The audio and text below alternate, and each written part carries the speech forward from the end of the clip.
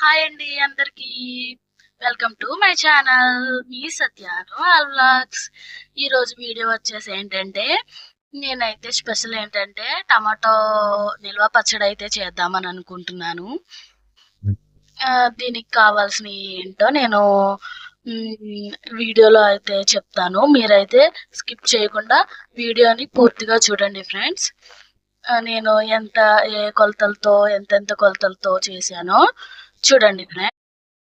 ముందుగా అయితే మనం టమాటాలను అయితే శుభ్రంగా కడుక్కుని ఒక పొడి క్లాత్ తో అయితే శుభ్రంగా తడి లేకుండా అయితే టమాటాలని శుభ్రంగా తుడిచేసుకుని ఆరబెట్టుకోవాలి ఫ్రెండ్స్. నేనైతే 1 కేజీ టమాటాలు తీసుకున్నాను. 1 కేజీ టమాటాలు తీసుకుని శుభ్రంగా అయితే తుడుచుకుని వీటిని అయితే తడి లేకుండా ఉంచుకుని చక్కగా కట్ చేసుకోవాలి ఫ్రెండ్స్. నేనైతే ఒక టమాటాకి ఒక 6 ముక్కలు అయితే కట్ చేస్తున్నాను ఫ్రెండ్స్. ముక్కల్ని కట్ చేసే ప్రాసెస్ అయితే అయ్యింది ఫ్రెండ్స్. ఇప్పుడైతే తర్వాత మనం ఒక ప్లాస్టిక్ బాక్స్ ఒకటి అయితే తీసుకుందాం ఫ్రెండ్స్. ప్లాస్టిక్ బాక్స్ అయితే ఒకటి తీసుకుని ఈ ముక్కలను అయితే చక్కగా మనం అందులోకి అయితే ట్రాన్స్ఫర్ చేసుకుందాం ఫ్రెండ్స్. ఇలాగ ముక్కల్ని ఆ ప్లాస్టిక్ బాక్స్ లో వేసుకుని వీటిని నిల్వ చేసుకుందాం ఫ్రెండ్స్. అంటే ఊరపెట్టుకోవాలి. ముక్కల్ని చక్కగా ఊరపెట్టుకోవాలి ఫ్రెండ్స్. ఇలాగా అన్ని కట్ చేసేసుకుని చక్కగా 3 డేస్ అయితే ఊరపెట్టుకోవాలి. ఇందులోకి అయితే నేను రాక్ సాల్ట్ అయితే అంటే కల్లుప్పు అయితే తీసుకుంటున్నాను. ఒక 200 గ్రామ్స్ అయితే తీసుకున్నాను నేను కల్లుప్పు అయితే. ఈ ముక్కలకి సరిపడా తీసుకోవాలండి. నేను 1 కేజీ టమాటాలకి 200 గ్రామ్స్ కల్లుప్పు అయితే తీసుకున్నాను. అలాగే పసుపు ఒక 2 టేబుల్ స్పూన్స్ అయితే తీసుకుంటున్నాను. ఒక 2 టేబుల్ స్పూన్స్ అయితే సరిపోతుంది. 1 కేజీ టమాటాలు కదా. 2 టేబుల్ స్పూన్స్ అయితే పసుపు యాడ్ చేసేసాను. ఇప్పుడైతే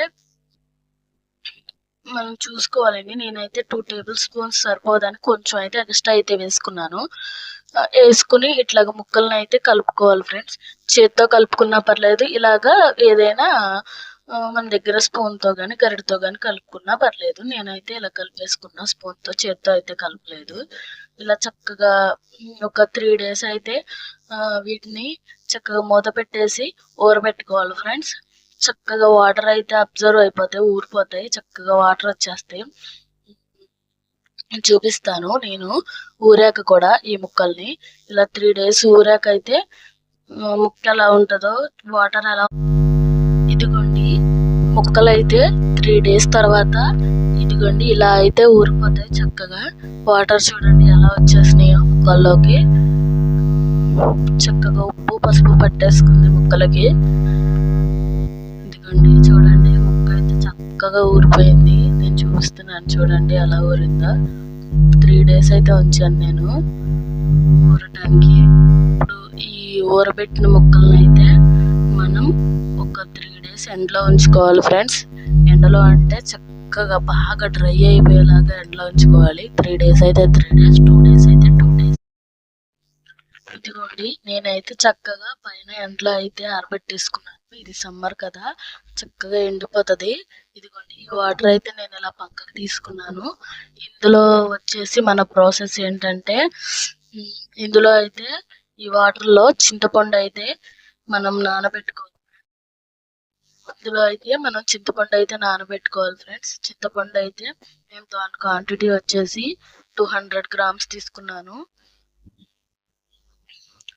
1 కేజీ టమాటాస్ కి 200 గ్రామ్స్ 200 గ్రాముల చింతపండు అయితే సరిపోతుంది కేజీ టమాటాలకి. ఓకేనా ఫ్రెండ్స్. దీన్ని అయితే చక్కగా వాటర్ లో అయితే ఊరిన వాటర్ లో అయితే చక్కగా నానబెట్టేసుకోవాలి. ఇదిగోండి నేను చూపిస్తున్నాను చూడండి ఎలా ఊరబెట్టుకోవాలో. ఇదిగోండి ఇది ప్రాసెస్. నేను ఇలాగా ఇది ఒక పక్కన పెట్టేసుకోవచ్చు. చక్కగా ఊరబెట్టి మూత పెట్టేసుకుని చక్కగా అవి ఎండేలోపు ఇది చింతపండు కూడా ఊరిపోతుంది ఫ్రెండ్స్.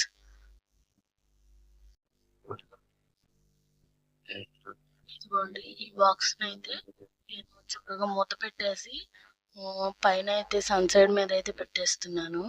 ఎందుకంటే అది తక్కువ క్వాంటిటీ అయినా ఎక్కువ క్వాంటిటీ అయినా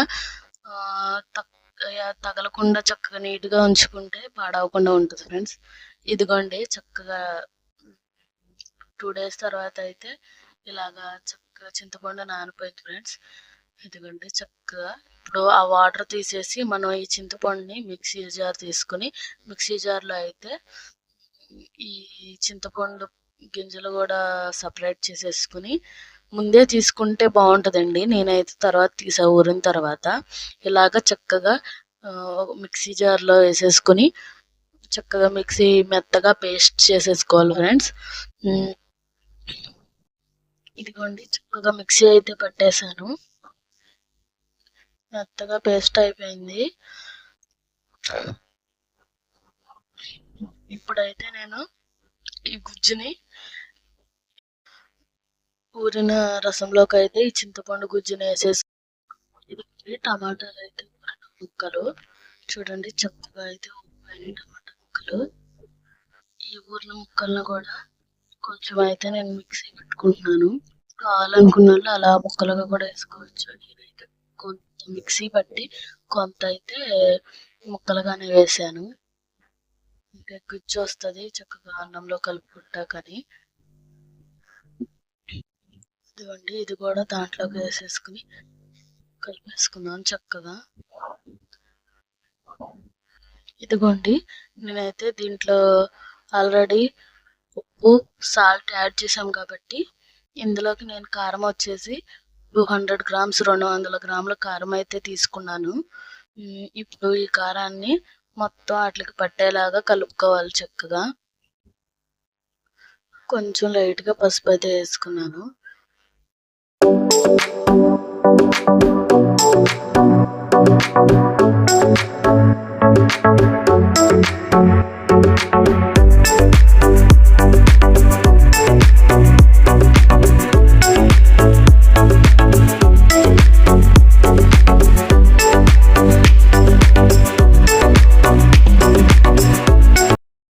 ఇలా చక్కగా దీన్ని ఇలా కలిపేసుకుని చక్కగా ఒక ప్లాస్టిక్ నిల్వ చేసుకుంటే పచ్చడి అయితే చాలా రోజులు పాడవకుండా అయితే ఉంటుంది ఫ్రెండ్స్.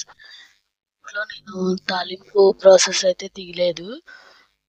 మనం ఇలాగ కొంచెం కొంచెం తీసుకుని మొత్తం ఒకసారే కాకుండా కొంచెం కొంచెం తీసుకుని అప్పుడప్పుడు తాలింపు అయితే పెట్టుకోవచ్చు. చాలా బాగుంటుంది పచ్చడి అయితే. నేనైతే తాలింపు ప్రాసెస్ అయితే తీయలేదు. ఓకేనా ఫ్రెండ్స్, ఈ వీడియో కనుక మీకు నచ్చితే లైక్ చేయండి, షేర్ చేయండి, సబ్స్క్రైబ్ చేసుకోండి ఫ్రెండ్స్. ఓకేనా ఫ్రెండ్స్, బాయ్ మరి.